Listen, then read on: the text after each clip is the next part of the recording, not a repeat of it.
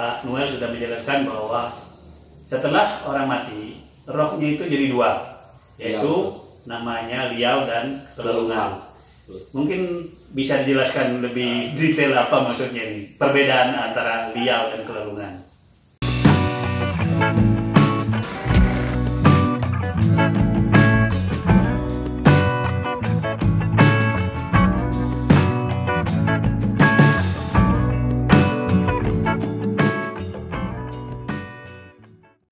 Halo teman-teman, saya hari ini merasa senang sekali bisa bertamu ke rumah Pak Immanuel atau panggilannya Pak Noel, di rumahnya di Kampung Bencimai, Kabupaten Kutai Barat.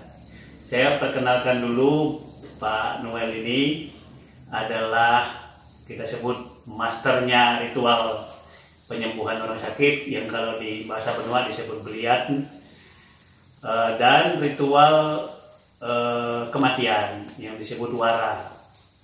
Tapi beliau juga adalah kesehariannya ASN di Kantor Dinas Pendidikan Kabupaten Kutai Barat, dan beliau adalah seorang penulis yang produktif.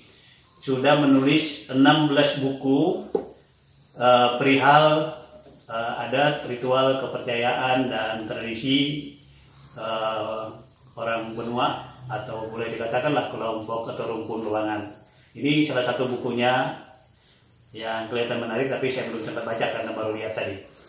Nah, kali ini kita akan berbincang-bincang tentang kepercayaan atau konsep orang Benua tentang roh orang mati. Ya. Kalau di dalam video lain kita sudah bicara tentang roh orang hidup, kali ini kita bicara tentang roh orang mati. Ya. Nah, di video yang sebelumnya dalam percakapan kita, Pak Noel sudah menjelaskan bahwa setelah orang mati, rohnya itu jadi dua, yaitu namanya liau dan kelelungan. Mungkin bisa dijelaskan lebih detail apa maksudnya ini, perbedaan antara liau dan kelelungan. Iya, terima kasih. Jadi saya Immanuel, saya jabatan di pemerintah itu sebagai pamong budaya, bekerja di Dinas Pendidikan dan Kebudayaan Kabupaten Kutai Barat. Jadi mengenai konsep roh pada dunia orang meninggal, suku Dayak Benua itu punya konsep bahwa ketika manusia masih hidup mempunyai satu roh yang disebut jewus. Tetapi begitu manusia itu menghembuskan napas yang terakhir, rohnya secara otomatis berubah menjadi dua roh, yaitu roh liau dan roh kelelungan. Jadi roh liau merupakan penjelmaan dari roh kekurangan dari manusia selama manusia itu bersiarah di dunia ini. Dan sebaliknya, roh kelelungan merupakan roh kebaikan atau roh amal bakti selama manusia bersiarah di dunia ini. Jadi ada dua roh tadi menjadi roh yang berbeda ketika manusia itu menghembuskan napas yang terakhir atau disebut meninggal dunia. Tempat tinggalnya pun beda? Ya, betul. Jadi roh liau ini akan diantar ke aput bumut lumut ya tengkat piwiyat, atau yang sering disingkat dengan istilah lumut. Sedangkan roh kelelungan akan diantar ke tenuk tenangkai solai ja teluyat tanggir langit benuang pinggir layak, atau sering disingkat dengan tenangkai. Jadi letaknya di atas langit, letak tenangkai. Sedangkan letak lumut itu masih di dunia ini, yaitu di Gunung Lumut di daerah Kalteng. Seperti itu, Pak. Bagaimana suasananya? Apa gambaran suasananya di Gunung Lumut itu? Jadi di Gunung Lumut itu maupun di Tenangkai itu, gambaran suasananya manusia itu beraktivitas seperti selama manusia di dunia ini juga. mereka juga di sana tiap hari pergi ke ladang, mereka juga pergi mandi, pergi cucian ke sungai yang ada di sana.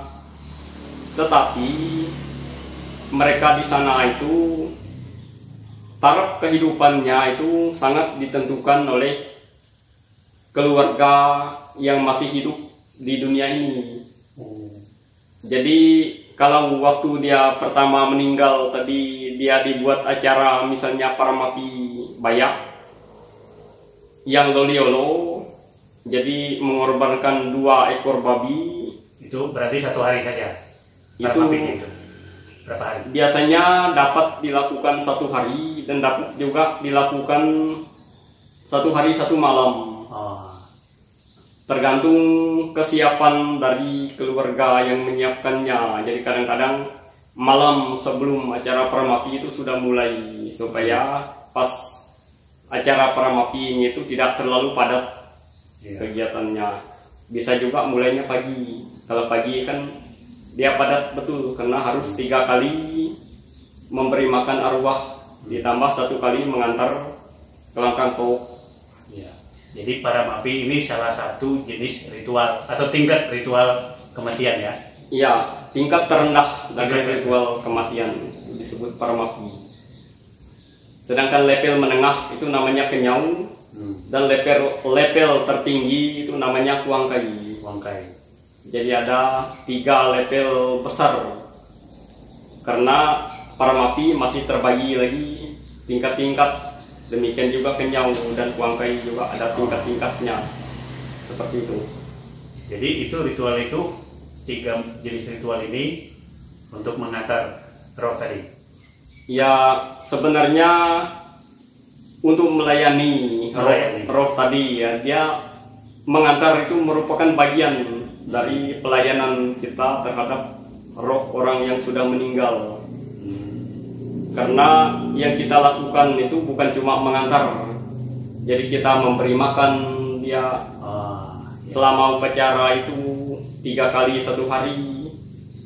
Kemudian kita memberikan bekal pakaian, kita memberikan bekal berupa bibit tanaman, kita memberikan bekal berupa ternak.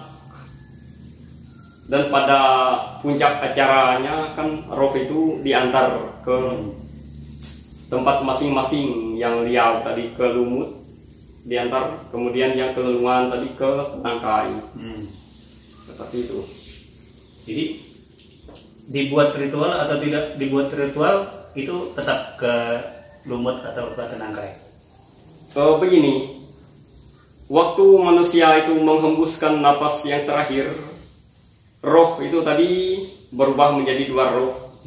Dan roh ini dia berjalan dari rumah tempat dia menghembuskan napas terakhir itu ke tempat semacam penantian, itu namanya Pempat Belengkaha. Di situ ada 2 orang tua yang mengurus dia, yaitu bernama Tak Pempat Belengkaha dan Kakak Pempat Belengkaha. Jadi dia berada di situ adalah selama 7 hari. 7 hari ini dia menunggu apakah keluarga yang masih hidup itu akan mengurus dia atau tidak.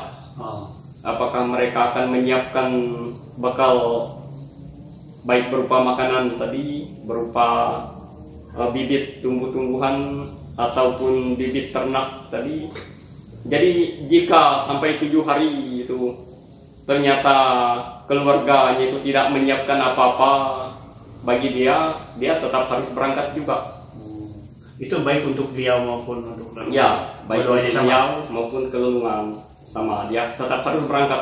Jadi Lia dan kelelungan sama-sama ke tadi semacam tempat penantian itu? Ya, betul. Oke. Menarik sekali. Jadi kelihatannya kalau kelelungan kan roh orang baik ini kan? Iya. Kalau di konsep agama, kalau roh orang baik kan langsung dia ke surga kan? Iya, betul. Nah, kalau roh jahat, atau dari karena orang berbuat jahat kan liau. Apakah dia masih perlu perjuangan untuk sampai ke lumut itu? Ya betul.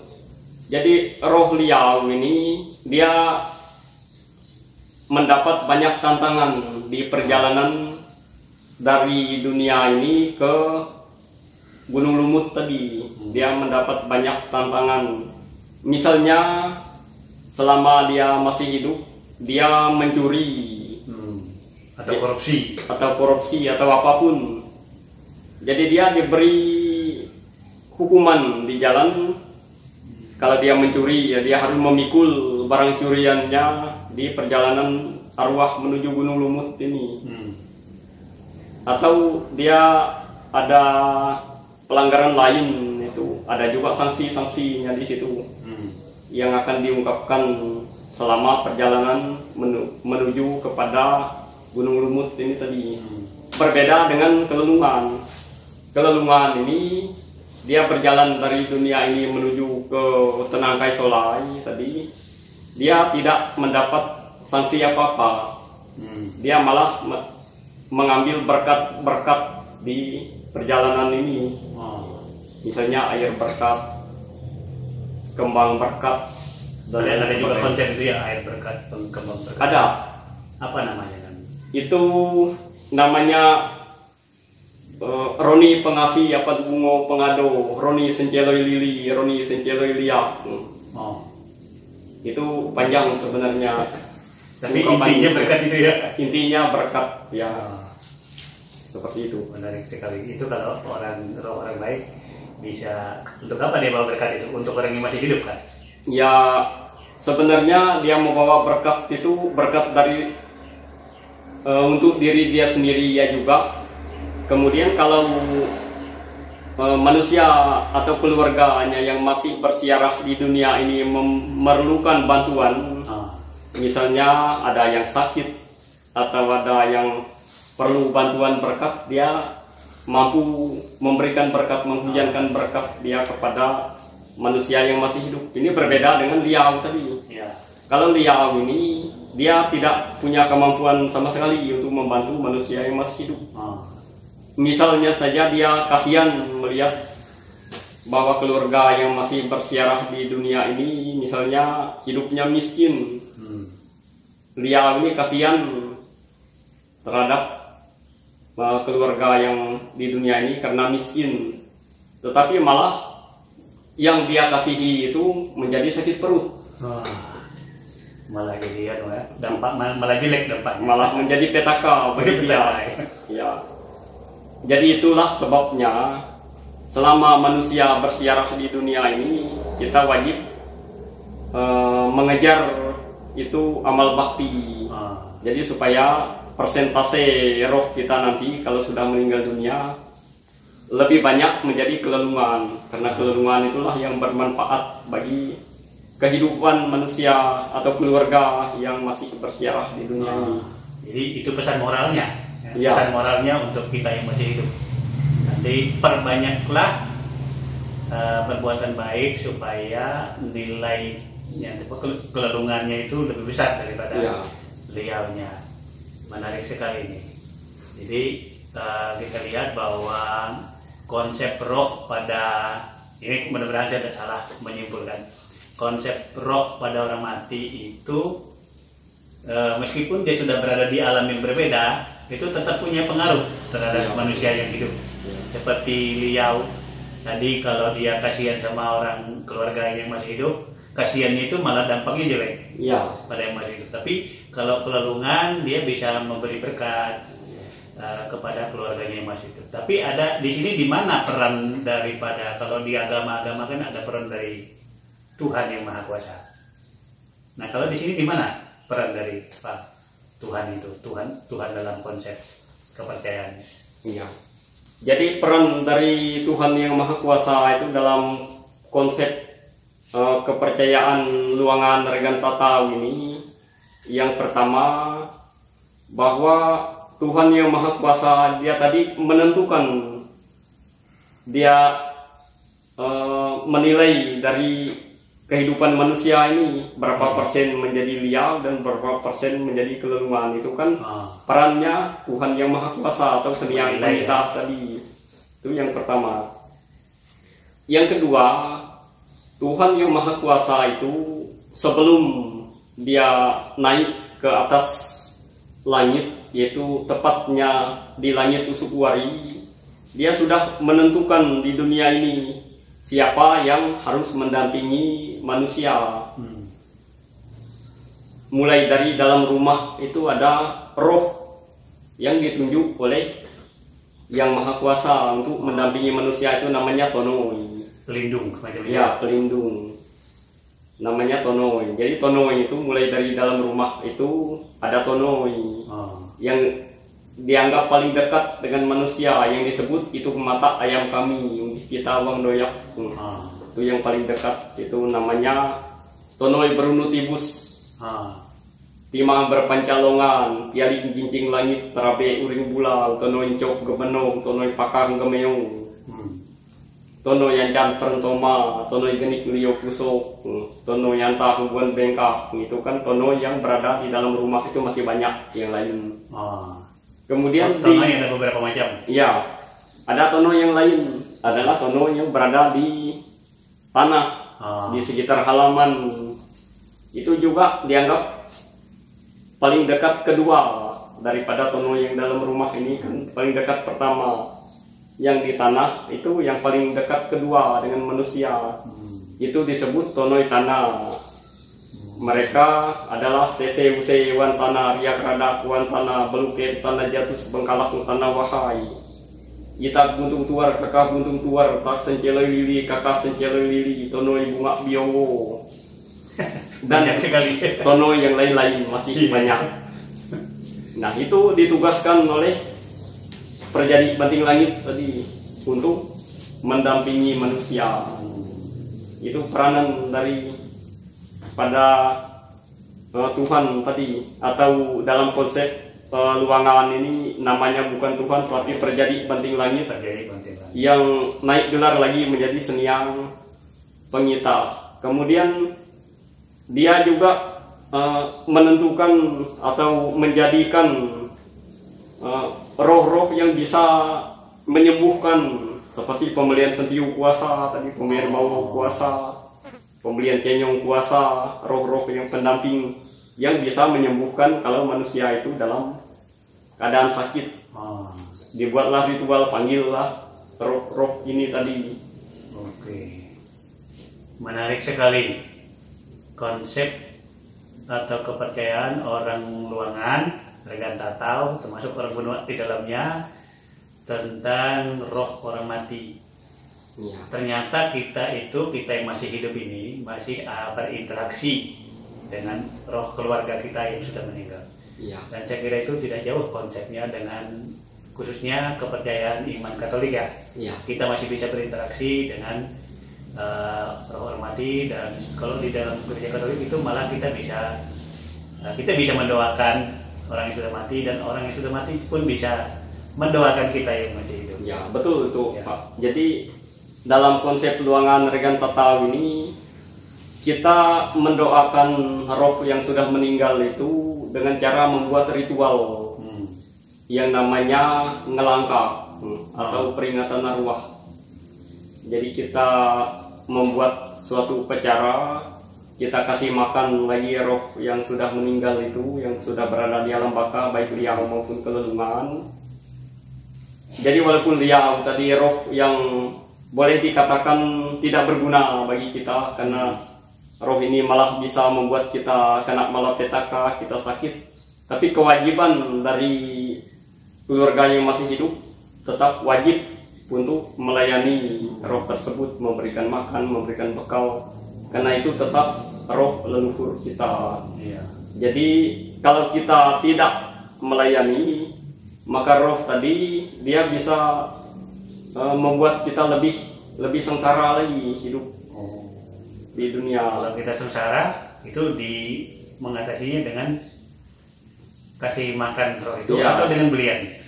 Dengan melayani roh tadi. Melayani roh tadi itu adalah dengan upacara yang namanya ngelangkah. Ngelangkah itu tidak ada batas harus berapa kali gitu ya? Ada atau tidak ada?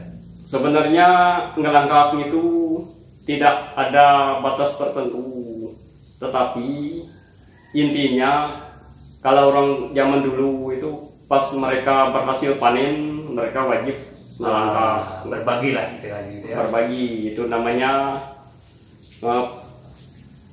penyentangan tahun tunak, pengerangan bulan tupat, pesampai serin pare nyentekat serin puluh. Itu artinya kita berbagi dari hasil yang kita peroleh, rezeki yang kita peroleh itu kepada roh leluhur. Oke, menarik sekali penjelasan Pak Emmanuel tentang roh, konsep dan kepercayaan tentang roh manusia sesudah mati. Ada kesamaan dan perbedaannya dengan konsep agama atau sama konsep agama Nasrani.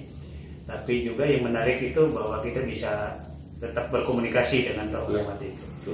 Saya kira mungkin ini cukup dulu atau mungkin ada tambahan sedikit sebelum kita tutup. Oh ya, saya tambah sedikit mengenai kelelungan. Jadi kalau manusia di dunia ini ada kesulitan, misalnya ada orang yang sakit, salah satu caranya bisa membuat acara beliat dengan berkomunikasi dengan kelelungan yang disebut dengan belian mantir. Jadi roh kelelungan itu bisa diminta bantu untuk menyembuhkan orang yang sedang sakit tadi. Saya baru dengar itu namanya belian mantir. Sepertinya jarang dilaksanakan. Saya rasa tidak juga. Tidak juga. Ini sudah saya tulis juga bukunya tentang belian mantir. Jadi kalau ada yang berminat untuk mempelajari atau membaca tentang belian mantir itu, saya ada stok bukunya. Ada bukunya tentang belian mantir yang minta tolong kepada roh kelelungan ya. Kalau ada orang yang sakit. Menarik sekali. Saya kira untuk sekarang percakapan kita dengan Pak Emmanuel kita akhiri sampai di sini. Anda bisa menghubungi Pak Emmanuel melalui channel Insight Borneo. Nanti Anda bisa tulis di komentar di deskripsi.